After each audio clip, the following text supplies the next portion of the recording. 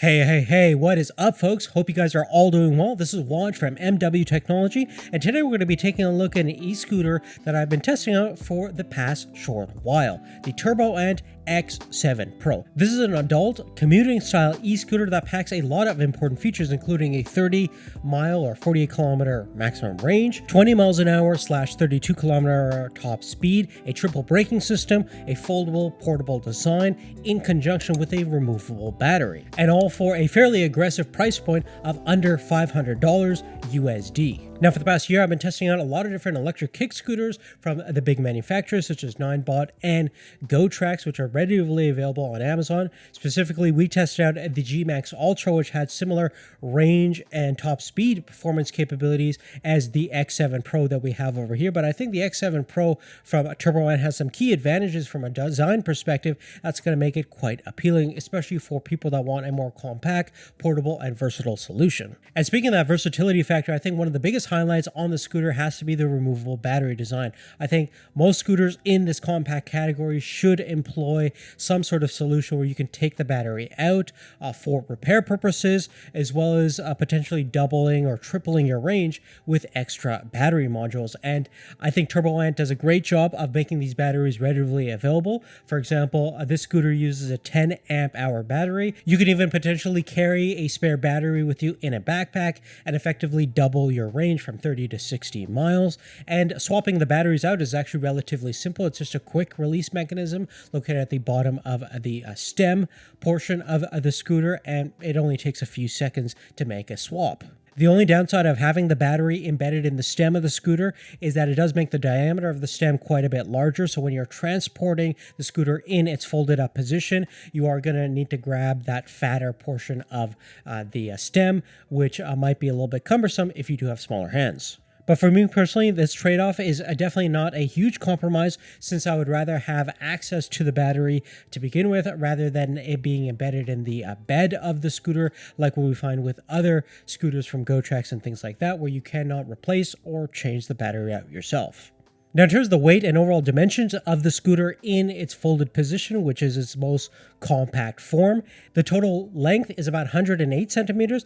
The width of the handlebars is around 42 centimeters. Luckily, you can unscrew them relatively quickly and easily, giving you just the width of the deck, which is 14.5 centimeters. The gross weight of the scooter is actually relatively light for its range and overall speed capabilities of 33 pounds or 15 kilos, about 3 pounds lighter than the GoTrax alternative that we tested.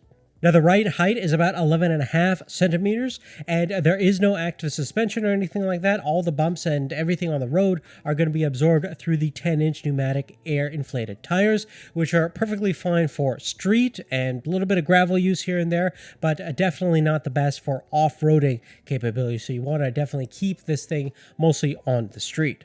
We do have IPX4 certification, so that's going to be a general water resistant in all directions. You don't want to go out too much in the pouring rain just for safety reasons, but it should do a good job of remaining pretty sealed for most of the elements that you're going to encounter. Now, in terms of the power and performance capabilities of this e-scooter, it has a 350 watt hub motor located on the front axle. There's actually 3 different power modes or riding modes: Eco, Comfort, and Sport. With Eco, you're limited to about 6 miles an hour. Comfort is 12 miles an hour, and you get the full 20 mile an hour top speed in Sport mode. During my test, I had no problem in reaching its 20 mile an hour top speed in Sport mode on most level ground, decent road conditions. I weigh about 185 pounds, to just give you guys a little reference point. And the only thing it really struggles with, like many 350 watt hub motors with this kind of power supply, is going to be uphills, especially if you weigh more than 150 pounds. Now, according to the manufacturer, it should be able to tackle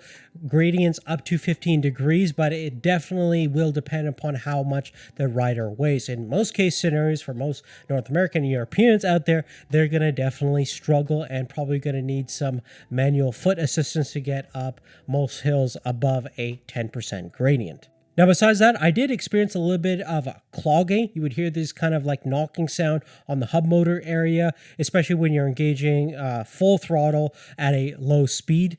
I understand that most of these hub motors utilize a direct drive system where they're not dealing with any gears internally, but if you're not supplying the right and correct voltage at the given speed and RPM, you might experience some of these clogging issues, so that might be a power management system error.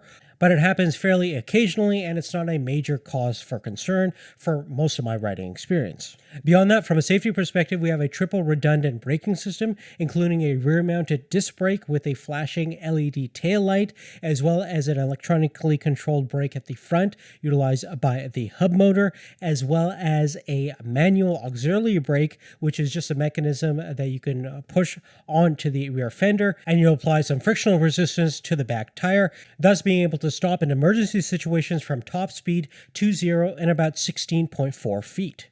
Now, the control interface and handlebar layout is fairly conventional for most of these e-scooters. Left-hand side, you have a standard brake lever with a mechanical bell attachment to notify pedestrians of when you're coming through. On the right-hand side of the handlebars, you have a standard twist throttle control, and to initiate movement on the scooter, you manually move it forward by kicking the ground a couple of times, twist the throttle, and you initiate the drive motor.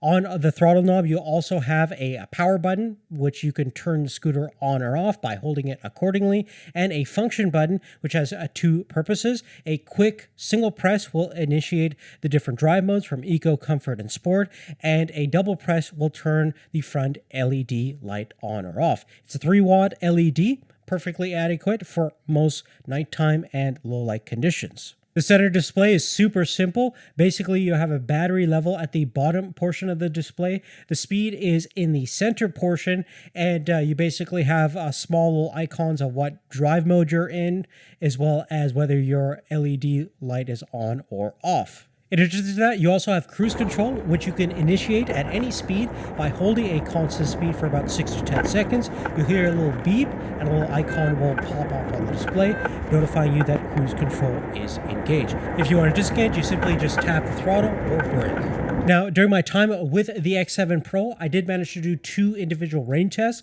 On one test, with a little bit more aggressive riding style, up hills quite a bit, I got around a 28-kilometer range. Another one was a little bit more flat terrain. I got 32-kilometer range. That equates to about 18 and 20 miles.